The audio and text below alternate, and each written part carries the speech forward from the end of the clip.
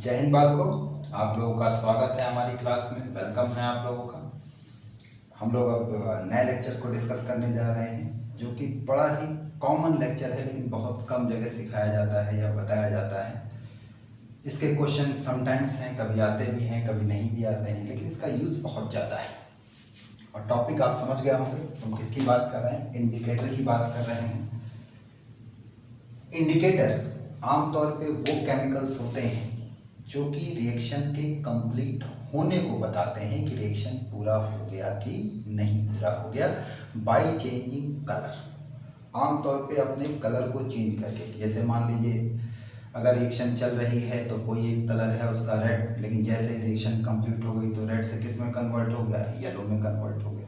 तो इस तरीके से वो इंडिकेट कर देता है कि जो है रिएक्शन कंप्लीट हुई है या नहीं हुई है, बाय चेंजिंग कलर।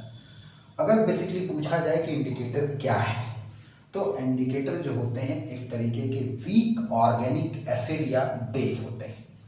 और ये जो वीक एसिड बेस होते हैं, ये दो फॉर्म में, दो अलग अलग टाइप का कलर शो करते हैं। अपनी आयोनाइज फॉर्म में एक कलर रखेंगे तो अपनी अनआयोनाइज फॉर्म में दूसरा कलर रखेंगे। इसी तरीके से रिएक्शन जब एक से दूसरे सिस्टम में शिफ्ट करती है तो ये अपनी फॉर्म को बदलते हैं, और उस बदले हुए फॉर्म की वजह से बदला हुआ कलर दिखाई पड़ता है, और इससे ये इंडिकेट हो जाता है कि रिएक्शन कंप्लीट हो गई। तो हम लोग अपने दिमाग में इंडिकेटर के बारे में ये बैठाएंगे कि इंडिकेटर वीक ऑर्गेनिक एसिड या बेस होते हैं जो कि अपनी अलग अलग फॉर्म में अलग अलग कलर शो करते हैं।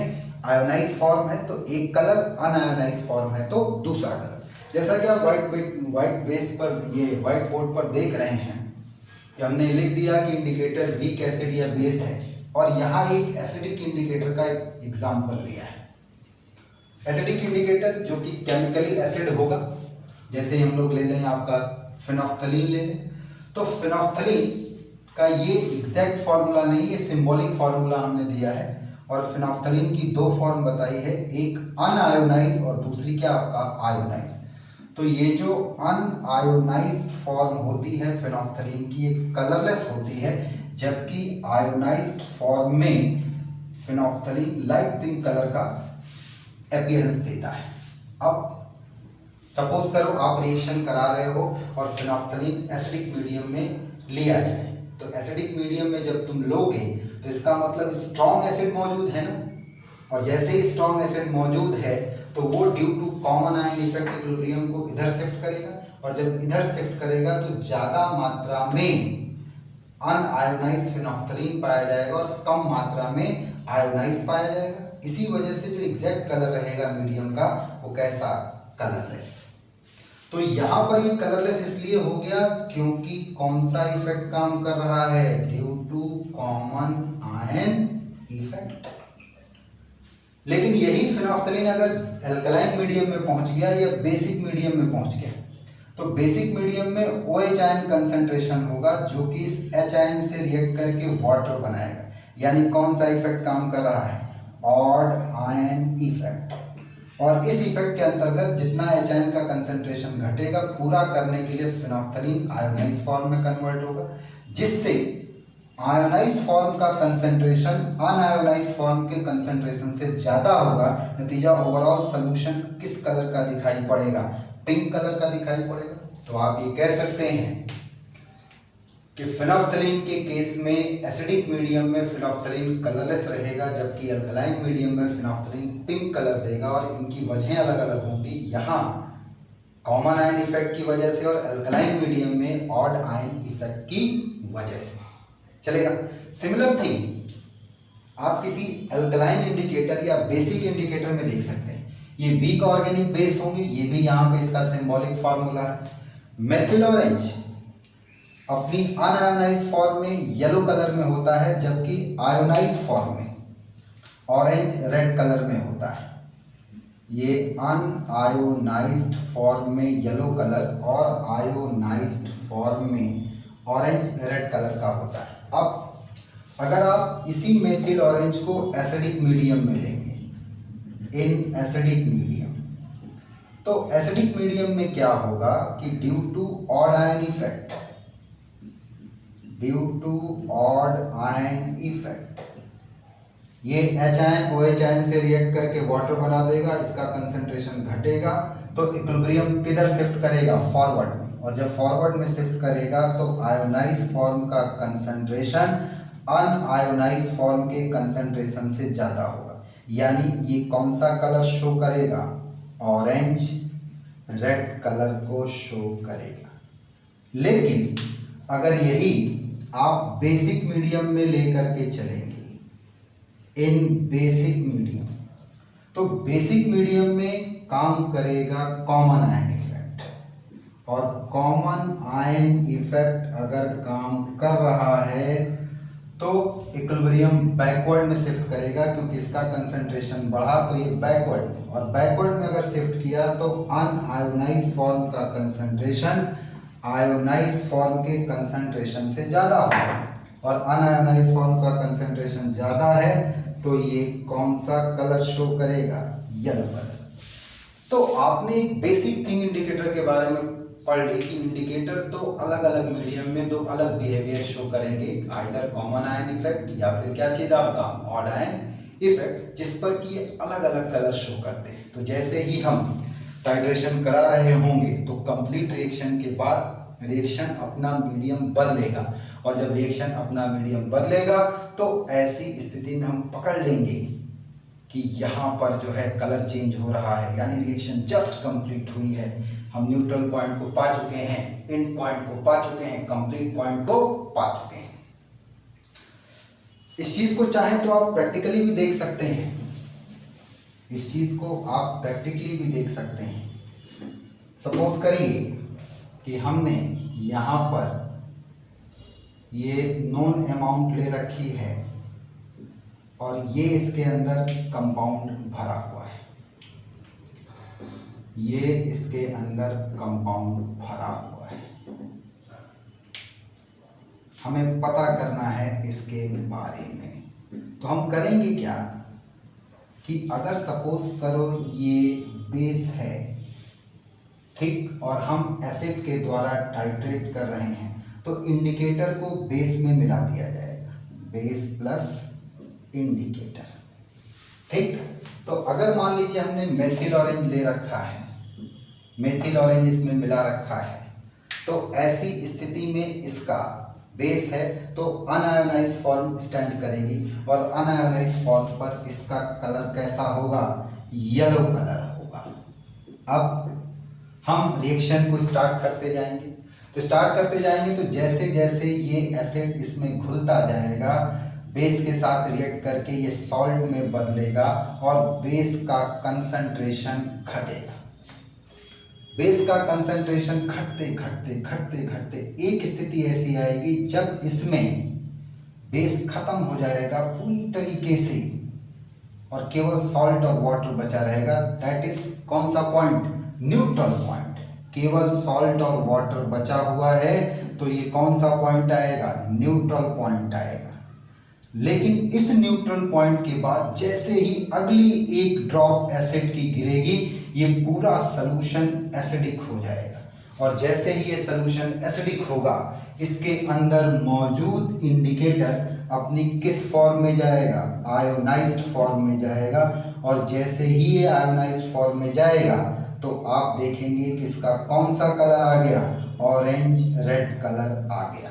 तो जब ये कलर आ जाएगा, जैसे ही ये कलर दिखना चालू होगा, हम समझ जाएंगे कि हम सॉल्ट से जस्ट आगे की तरफ बढ़ रहे हैं, हम न्यूट्रल पॉइंट से जस्ट आगे की तरफ बढ़ रहे हैं। तो ये कलर चेंज होकर के ही पता चल गया कि रिएक्शन क्या हो चुकी है, आपका कंप्लीट हो चुकी है। चलेगा? तो उम्मीद करता हूँ आपको हमारा इंट्रोडक्टरी पार्ट पकड़ में आया होगा। अब हम लोग पढ़ेंगे थ्योरीज, इंडिकेटर कैसे काम करते हैं या इनके काम करने का तरीका या कौन सी थ्योरीज दी गई हैं। तो अब हम लोग बात करेंगे थ्योरीज ऑफ इंडिकेटर की। तो इंडिकेटर की थ्योरीज तो बड़ी सारी हैं, लेकिन आपके सिलेबस में दो थ्योरीज फेमस हैं। पहला जिसे आप कहते हैं Ostwald theory for the indicator, और दूसरा जिसे आप कहते हैं benzenoid and quinonoid theory for indicator. तो हम लोग सबसे पहला देखेंगे ओस्टवाल्ड थ्योरी ऑफ इंडिकेटर को। Ostwald theory of indicator 3 point पे मुख्य रूप से आधारित है, 3 पॉइंट पर। सबसे पहला पॉइंट ये है कि every indicator is a weak organic acid और बेस। ये वीक ऑर्गेनिक एसिड या फिर क्या है आपका बेस है। दूसरी बात कि जो अनआयोनाइज फॉर्म होगी इंडिकेटर की वो एक कलर शो करेगी और मोस्टली वो कलर लाइट होगा, हल्का होगा, जबकि जो उसकी आयोनाइज्ड फॉर्म होगी ये जो है डार्क कलर को शो करेगी, इंटेंस कलर को क्या करेगी आपका शो करेगी। तीसरा और इंपॉर्टेंट बात यह है कि हर एक इंडिकेटर अपोजिट मीडियम में वर्क करता है। जैसे अगर हम एसिडिक इंडिकेटर लेंगे तो बेसिक मीडियम में वर्क करेगा, बेसिक इंडिकेटर लेंगे एसिडिक मीडियम में वर्क करेगा, और अपने अपोजिट मीडियम में ये किस इफेक्ट का सहारा लेता है, ऑड आयन इफेक्ट का सहारा लेता है। जैसे आपने फेनोल्फथलीन देखा था तो ये एसिडिक मीडियम में अनआयोनाइज फॉर्म और अल्कलाइन मीडियम जो कि इसका अपोजिट मीडियम है, तो ये आयोनाइज फॉर्म में पाया जा रहा था, जिस पर वो कैसा कलर देता था, पिंक कलर। इसी तरीके से मेथिल ऑरेंज जब एसिडिक मीडियम में था, क्योंकि मेथिल ऑरेंज खुद एक बेसिक इंडिकेटर था, तो एसिडिक मीडियम जो कि उसका अपोजिट मीडियम है वो अपनी आयोनाइज फॉर्म में पाया जा रहा था और उसमें वो डार्क कलर क्या कर रहा था आपका शो कर रहा था। तो ये 3 पॉइंट हैं जो कि ओस्टवाल्ड थ्योरी के लिए बेस का काम करते हैं, आधार का काम करते हैं।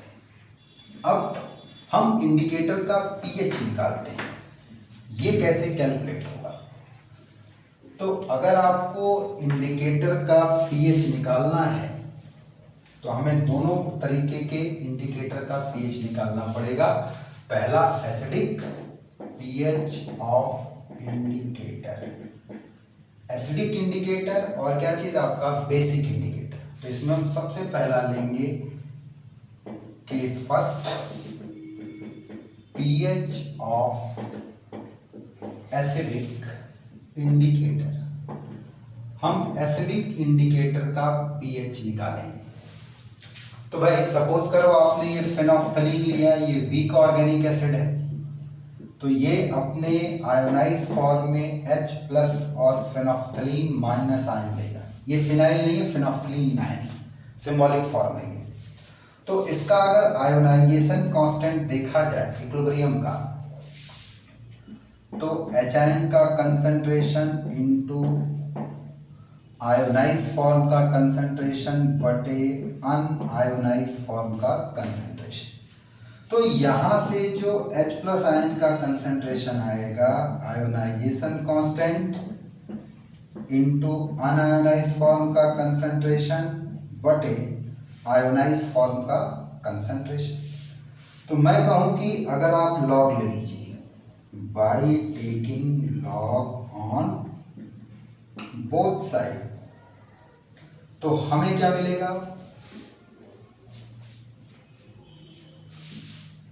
log E base concentration of H+ ion is equal to log E base ionization constant plus log E base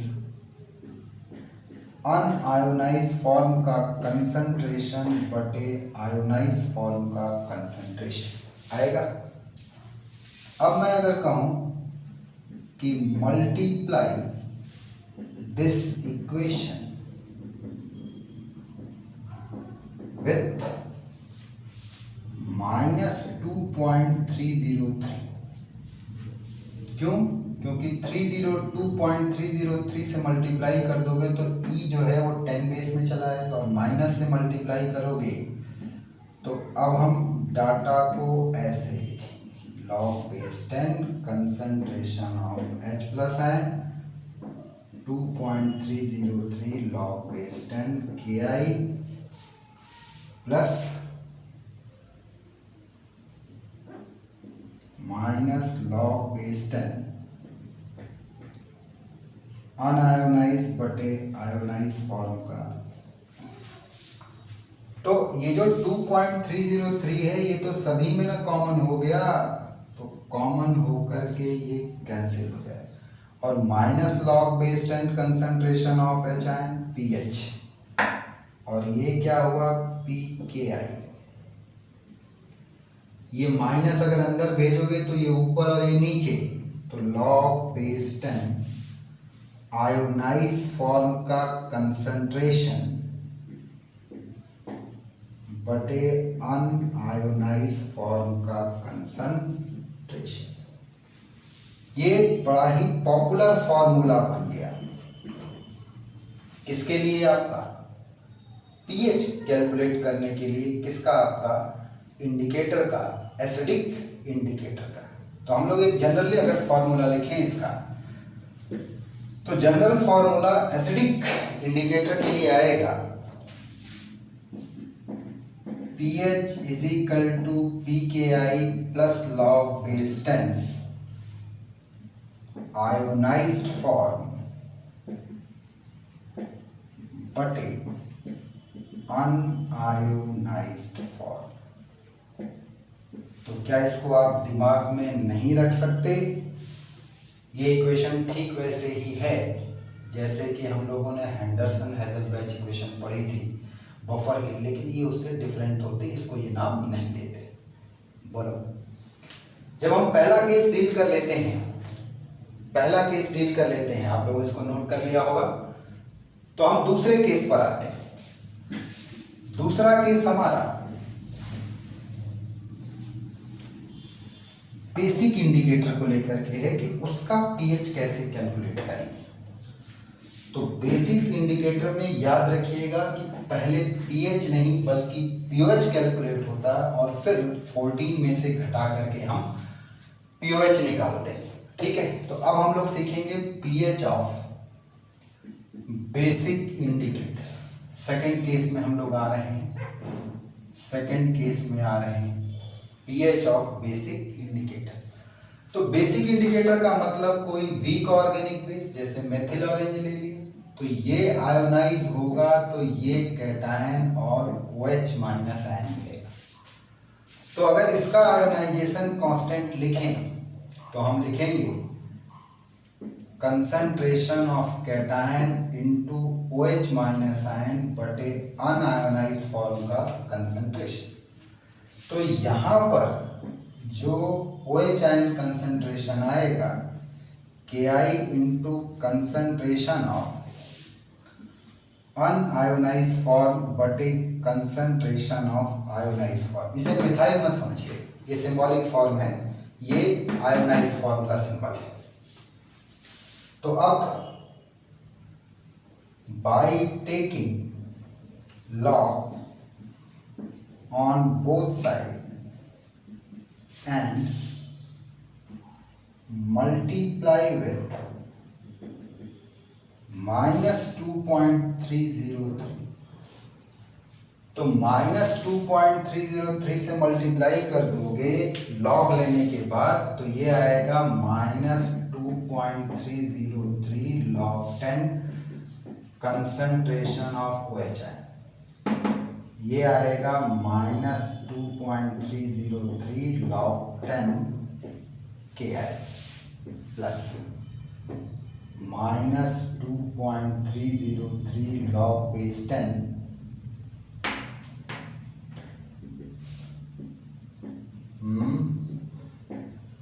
log base 10 ionised form का कंसंट्रेशन बटे अनआयोनाइज्ड फॉर्म का कंसंट्रेशन बटे आयोनाइज्ड फॉर्म का कंसंट्रेशन। तो अब ये 2.303 से तो कैंसिल ही हो गया कॉमन होकर के, और माइनस ये लिखोगे तो ये POH हो जाएगा, ये pKi हो जाएगा, और ये माइनस अंदर भेज दोगे तो आयोनाइज ऊपर और अनआयोनाइज नीचे। आयोनाइज फॉर्म का बटे अनआयोनाइज फॉर्म का। तो इस तरीके से पीओएच मिल जाएगा, और जब पीओएच मिल गया तो तुम पीएच निकाल सकते हो 14 माइनस क्या आपका पीओएच। तो इस तरीके से हम लोग बेसिक इंडिकेटर का भी पीएच निकाल लेते हैं। यहाँ ये pKi जो है आपका, या जो Ki हम जो यूज कर रहे थे, ये आयोनाइजेशन कांस्टेंट है इंडिकेटर का। pKi जो है इसकी लॉग लेकर के कैलकुलेट की गई वैल्यू है, तो हम लोग इसको कर सकते हैं। इस तरीके से हम लोगों ने देख लिया कि एसिडिक और बेसिक इंडिकेटर का पीएच कैसे निकल करके आएगा। चलेगा। जब हम लोगों ने एसिडिक इंडिकेटर पढ़ लिया तो अब हमें पढ़ना है pH range of acidic indicator. जो एसिडिक इंडिकेटर है उसका पीएच रेंज। तो देखिए, जो पीएच रेंज होता है वो इस बात के ऊपर डिपेंड करता है कि जो आयोनाइज फॉर्म है और जो अनआयोनाइज फॉर्म है उसका रेशियो क्या है। अगर मैं एक एसिडिक इंडिकेटर लूं और उसमें अनआयोनाइज्ड फॉर्म और आयोनाइज्ड फॉर्म का रेशियो 1:10 लिया जाए तो इस समय हमको मैक्सिमम पीएच मिलेगा। और ये मैक्सिमम पीएच कितना होगा, pKi+1। लेकिन अगर यहीं मैं इसका रेशियो 10:1 का लूं तो ऐसी स्थिति में मुझे मिनिमम पीएच मिलेगा। और मिनिमम पीएच यहाँ कितना निकल करके आएगा, pKi-1। तो अगर किसी एसिडिक बफर का पीएच रेंज पूछा जाए तो ध्यान रखिएगा पीएच रेंज pKi+-1 होगा। एक लड़के ने कहा कि सर अगर इसकी आयोनाइज और अनआयोनाइज फॉर्म दोनों 1:1 ली जाए, तो मैंने कहा ये विशेष कंडीशन होती है इंडिकेटर के केस में, क्योंकि इस समय पीएच pKi के बराबर आता है और इस सिचुएशन में नो वर्किंग, हम ये पता ही नहीं कर पाएंगे कि रिएक्शन कंप्लीट है या नहीं है। अगर ये इस सिचुएशन में मौजूद है तो ये नो वर्किंग रेंज होती है इसकी। इस समय एसिडिक इंडिकेटर किसी तरीके का कोई चेंज शो नहीं करेगा। तो यहाँ संभल करके रहना है कि अगर आयोनाइज और अनआयोनाइज दोनों 1:1 के रेशियो में है तो ये नो वर्किंग रेंज है। आप ये कहेंगे कि न्यूट्रल कंडीशन होती है इंडिकेटर की, नो वर्किंग रेंज होती है, न्यूट्रल कंडीशन ऑफ इंडिकेटर। यहाँ कोई वर्क ही नहीं मिलेगा, ध्यान रहेगा। इसी तरीके से अगर हम लोग बेसिक इंडिकेटर को लेकर के चले तो ध्यान रहे बेसिक इंडिकेटर के केस में हमें पीएच रेंज नहीं बल्कि पीओएच रेंज मिलेगा। पीओएच रेंज हमको मिलेगा, pOH range of basic indicator.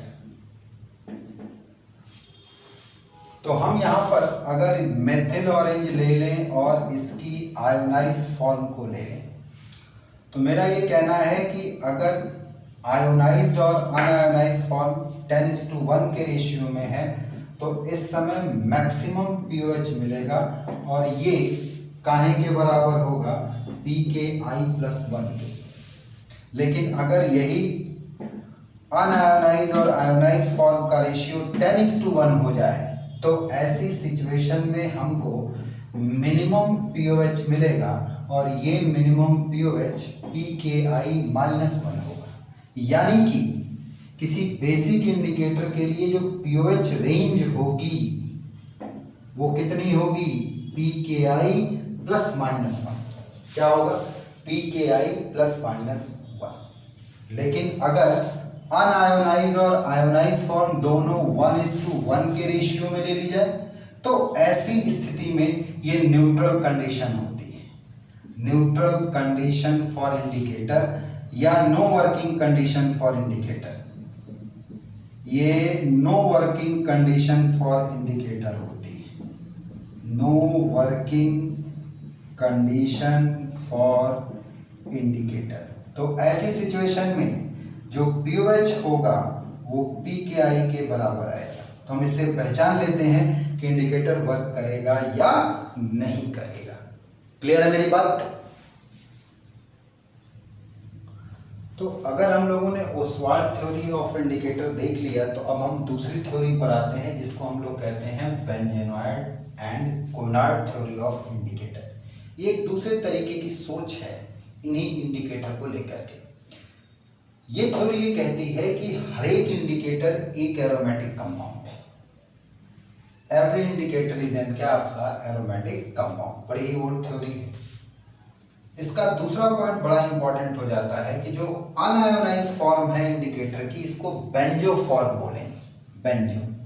और जो आयोनाइज फॉर्म होगी इंडिकेटर की, उसको क्विनो फॉर्म बोलेंगे। बेंजो मतलब ये और क्विनो मतलब ये। चलेगा? तो एक फॉर्म में एक कलर और दूसरे फॉर्म में क्या आपका दूसरा अपोजिट कलर, या आप कह सकते हैं डिफरेंट कलर आपको दिखाई पड़ेगा। चाहे तो हम लोग एक प्रॉपर फिनोफ्थलीन का जो कि एसिडिक इंडिकेटर है, उसकी दोनों फॉर्म को देख लें, आयोनाइज फॉर्म को भी और अनआयोनाइज फॉर्म को भी, और साथ ही साथ ये भी देख लेंगे कि इनकी बात उस पर सही है कि नहीं है।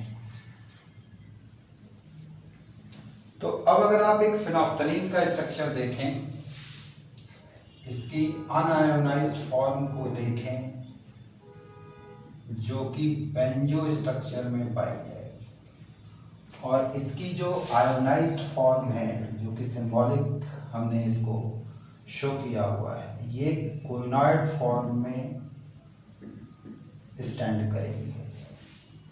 तो आप देख सकते हैं कि ये इसका बेंजोनाइड स्ट्रक्चर है और यहाँ इस कार्बन से 2 बेंजीन रिंग जुड़ी हुई।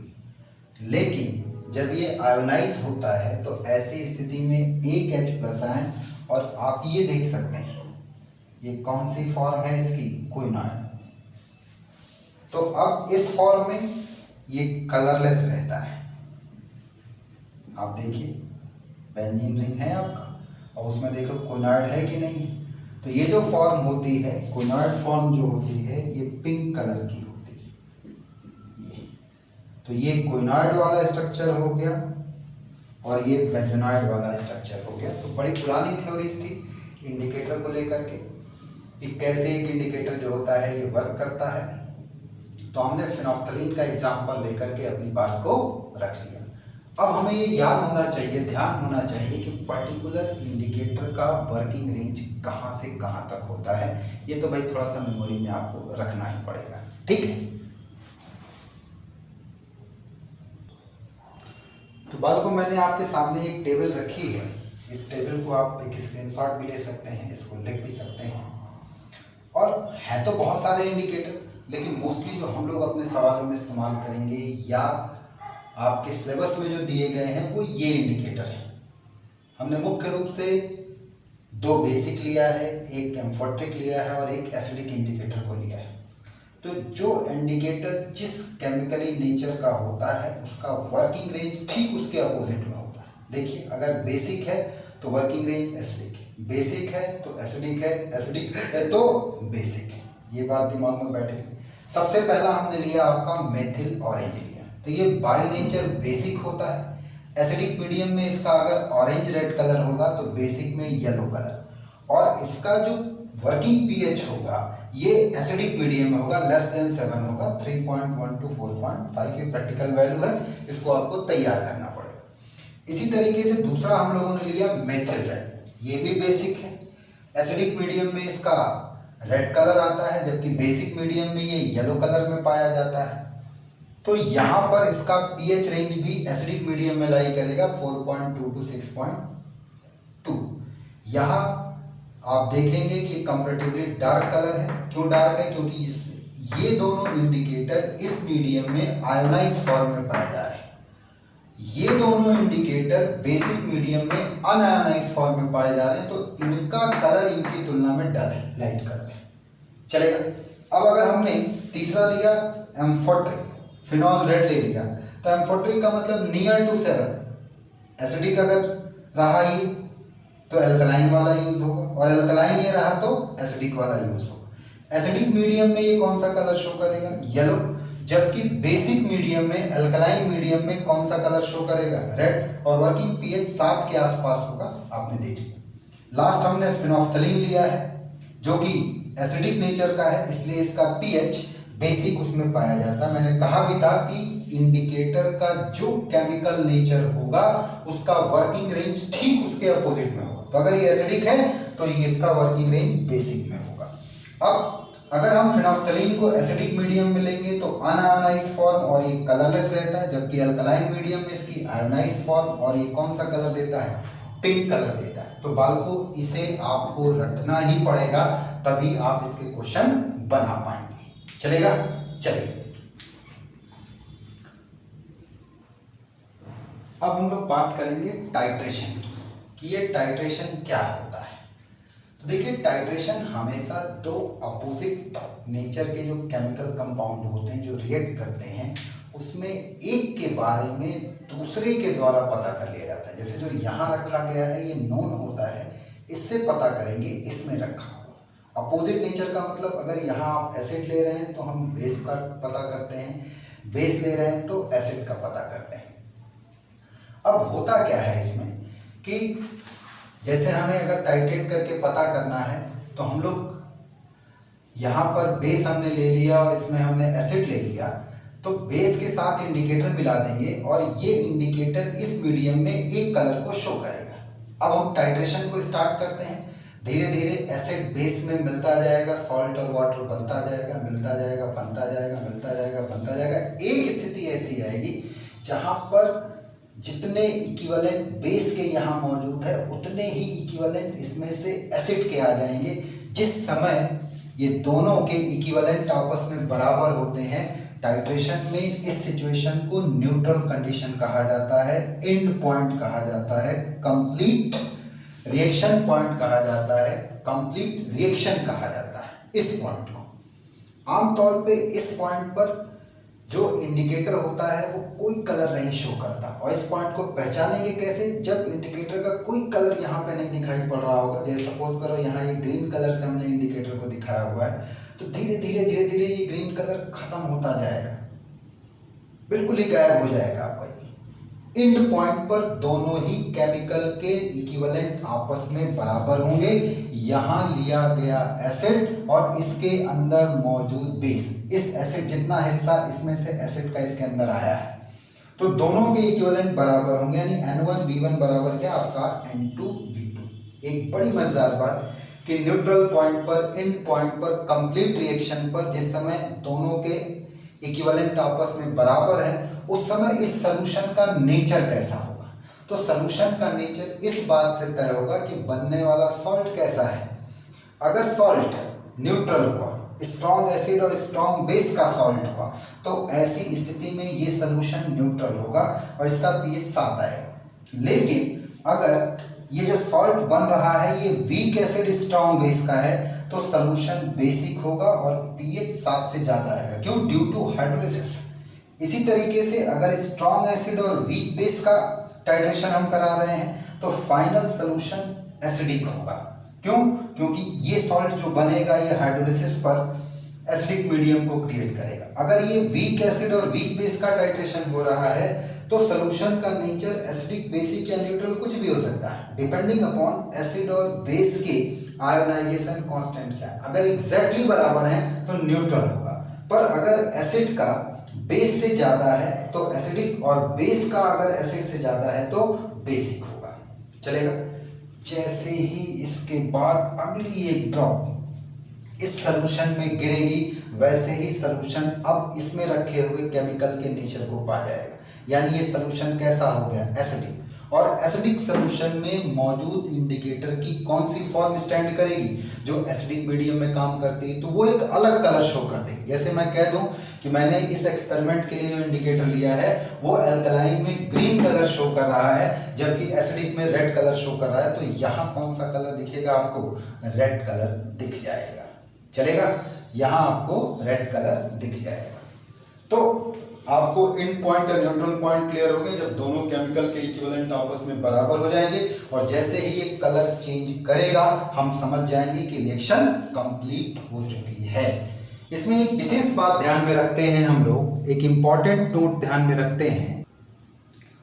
तो अब मैंने कहा कि जो मेरा वेरी इंपॉर्टेंट नोट है जिसको आपको दिमाग में रखना है वो ये कि हम लोग किसी टाइट्रेशन के लिए उन इंडिकेटर का इस्तेमाल करेंगे जिनका वर्किंग पीएच रेंज ये एंड पॉइंट के रेंज के सिमिलर होगा।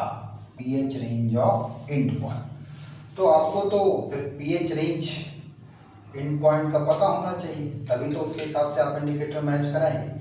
जैसे मान लीजिए हमने स्ट्रॉन्ग एसिड स्ट्रॉन्ग बेस लिया, तो हमारा जो पीएच रेंज वेरी करेगा। अगर मान लीजिए हमने इसके रूप में एसिड ले रखा है तो फाइनल सोल्यूशन एसिडिक हो जाएगा, और यहाँ बेस ले रखा है तो फाइनल सोल्यूशन बेसिक हो जाएगा। तो ऐसी स्थिति में हमारा जो पीएच रेंज जाएगा वो 3 to 11 तक जाएगा, और न्यूट्रल पॉइंट या एंड पॉइंट पर जो सॉल्ट बनेगा चूंकि स्ट्रॉन्ग एसिड और स्ट्रॉन्ग बेस का होगा, नतीजा सोल्यूशन का नेचर कैसा होगा, न्यूट्रल।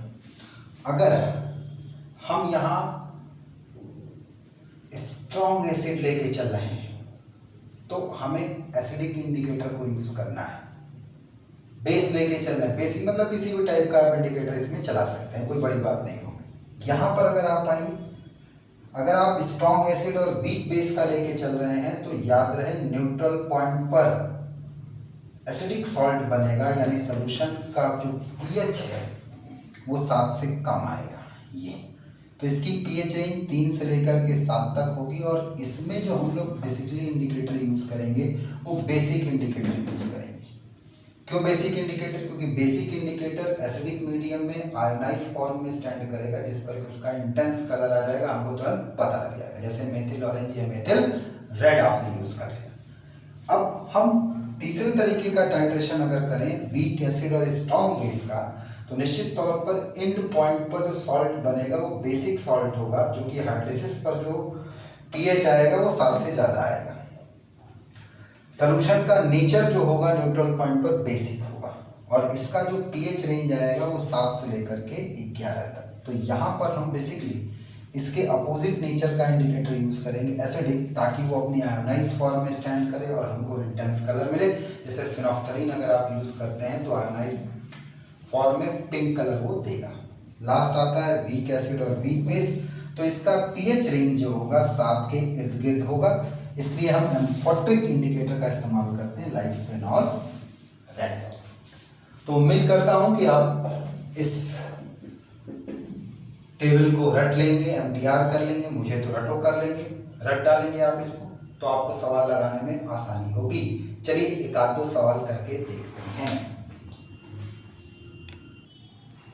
तो चलिए भाई, आपका जो क्वेश्चन है ये व्हाइट बोर्ड पर है आपके पास, कि which indicator is suitable for titration of NaOH oxalic acid. Methyl orange लेंगे, फिनोफ्थलीन लेंगे, दोनों लेंगे, कोई नहीं लेंगे। तो ये बताओ, अगर NaOH ऑक्सैलिक एसिड ले रहे हो तो ये स्ट्रॉन्ग बेस और ये वीक एसिड हुआ कि नहीं। तो न्यूट्रल पॉइंट पर सोल्यूशन का नेचर कैसा होगा, बेसिक। पीएच क्या आएगा, 7 से ज़्यादा। तो जब पीएच आपका 7 से ज़्यादा आएगा तो निश्चित तौर पर मुझे ऐसा इंडिकेटर लेना है जो कि बेसिक मीडियम में आयोनाइज फॉर्म में रहे। तो मेथिल ऑरेंज बेसिक मीडियम में अनआयोनाइज में रहेगा, जबकि फिनोफ्थलीन बेसिक मीडियम में आयोनाइज फॉर्म में रहेगा और पिंक कलर शो करेगा। इंटेंस कलर यहाँ मिलेगा, तो इस पर हम चेंज को अच्छे से ऑब्जर्व कर सकते हैं। So best indicator for this titration is क्या चीज आपका, phenolphthalein, that is the acidic indicator. चलेगा। चलो एक क्वेश्चन और करते हैं इसी टाइप का। तो हम लोग दूसरा क्वेश्चन डील कर रहे हैं कि which indicator is suitable for the titration of ammonium hydroxide with HCl। ये तो अमोनियम हाइड्रोक्साइड वीक बेस है, जबकि HCl क्या है आपका, स्ट्रॉन्ग एसिड है।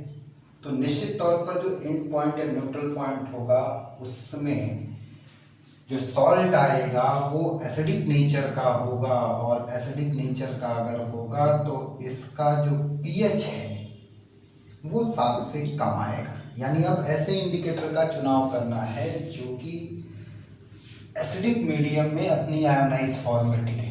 तो यहाँ पर तुम्हारे पास फिनोफ्थलीन है और मेथिल ऑरेंज है, तो मेथिल ऑरेंज अपनी आयोनाइज फॉर्म में एसिडिक मीडियम में टिकेगा कि नहीं, क्योंकि ये बेसिक इंडिकेटर है। तो हम इसका इस्तेमाल करेंगे, इसका इस्तेमाल नहीं करेंगे।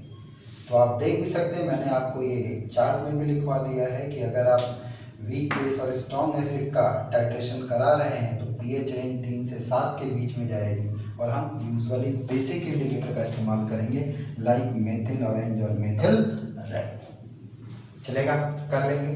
बाकी तो देखो बात को, एक्सरसाइज उठाओ और इंडिकेटर के जितने सवाल हैं दनादन सॉल्व करते चले जाओ। अगर कोई क्वेश्चन फंसता है, नहीं आता, तो उसे हमें भेजो, हमसे पूछो, कोई डाउट है तो उसे क्लियर करो, ठीक है। बाकी तो चीज़ें जो हैं वो चलती रहेंगी, जब तक आप क्वेश्चन सॉल्व नहीं करोगे तब तक हमें कैसे क्लियर होगा कि आप क्या कर रहे हो, ठीक है। तो अगर हमारे लेक्चर आपको पसंद आ रहे हैं, समझ में आ रहे हैं, आपके कंसेप्ट क्लियर हो रहे हैं, आपके क्वेश्चन बन रहे हैं, तो निश्चित तौर पर अपने फ्रेंड्स के बीच में भी इसको शेयर करिए, अपनी फेसबुक वॉल पे शेयर करिए, हमारे यूट्यूब चैनल को सब्सक्राइब करिए ताकि ये ज़्यादा से ज़्यादा लोगों तक पहुंच सके, ज़्यादा से ज़्यादा लोग बेनिफिट पा सकें। जय हिंद।